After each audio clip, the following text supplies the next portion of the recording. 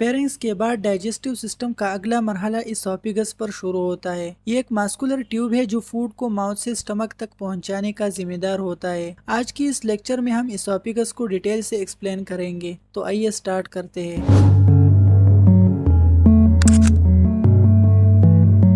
The esophagus is a muscular tube that passes food and liquid from pharynx to stomach. ये gastrointestinal system का एक important हिस्सा है जो पेरेंक्स को स्टमक से कनेक्ट करता है। इसका बुनियादी काम फूड और लिक्विड को स्टमक तक पहुंचाना होता है।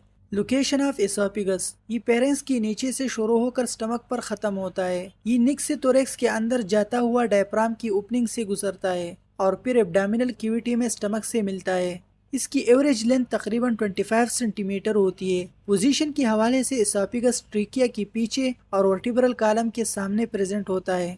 स्ट्रक्चर ऑफ एसोफिगस, ये बुनियादी तौर पर 4 लेयर्स पर मुश्तमिल है: म्यूकोजा, सब म्यूकोजा, मास्कुलरिस एंड एडवेंटिशिया और सिरोसा।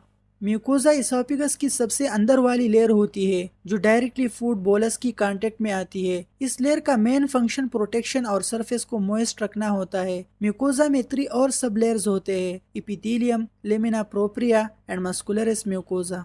एपिथेलियम एसोफिगस को रगड़ से प्रोटेक्शन देता है क्योंकि फूड सॉलिड फॉर्म में यहाँ से गुजरता है। इसमें स्टमक की तरह ग्लैंड्स नहीं होते क्योंकि यहाँ डाइजेशन नहीं होती, सिर्फ ट्रांसपोर्ट होती है। लेमिना प्रोप्रिया, ये लूज कनेक्टिव टिश्यूज से बनी लेयर होती है जहाँ ब्लड वेसल्स, लैम्प वेसल्स और इम्यून सेल्स मौजूद होते हैं। ये टिश्यूज न्यूट्रिशन और डिफेंस प्रोवाइड करता है। मस्कुलरिस म्यूकोजा, ये 3 स्मूथ मसल से बनी हुई लेयर होती है जो म्यूकोजा को हल्की मूवमेंट देने में मदद करती है। इस मूवमेंट से म्यूकस स्प्रेड होता है जो लिब्रिकेशन में मदद देता है। सब म्यूकोजा कनेक्टिव टिश्यूज से बनी हुई लेयर होती है जहां blood vessels, lamp vessels, nerves और म्यूकस ग्लैंड्स पाए जाते हैं। म्यूकस ग्लैंड्स लिब्रिकेशन प्रोवाइड करती है जो बोलस की स्मूथ मूवमेंट में मदद करती है।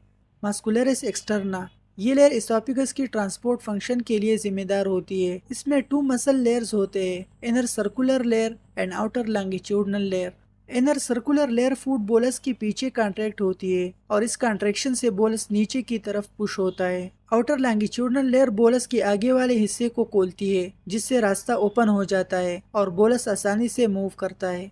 चौथा लेयर है एडवेंटिशिया और सिरोसा। थोरैसिक पोर्शन में एसोफिगस का जो हिस्सा है ये एडवेंटिशिया से कवर होती है। ये लेयर एसोफिगस के इर्द गिर्द जितने भी स्ट्रक्चर्स है उनसे अटैचमेंट प्रोवाइड करती है और एब्डोमिनल पोर्शन वाला एसोफिगस सिरोसा से कवर होता है। ये एक स्मूथ आउटर कवरिंग है जो फ्रिक्शन को कम करती है। पेरिस्टालसिस, द ट्रांसपोर्ट मैकेनिज्म, ये एसोफिगस का प्राइमरी फंक्शन है। जब फूड बोलस एसोफिगस में एंटर होता है तो इनर सर्कुलर मसल्स बोलस के पीछे कॉन्ट्रैक्ट होते हैं जबकि आउटर लॉन्गिट्यूडिनल मसल्स आगे के हिस्से को खोलती है। इस कोऑर्डिनेटेड मूवमेंट से वेव लाइक मोशन पैदा होती है जो बोलस को स्टमक की तरफ पुश करती रहती है और इस मोमेंट को कहा जाता है पेरिस्टालसिस। इसोफिजियल स्फिंक्टर्स, इसोफिगस की दोनों एंड्स पर स्फिंक्टर्स यानी वाल्व मौजूद होते हैं जो फूड मूवमेंट को रेगुलेट करते हैं।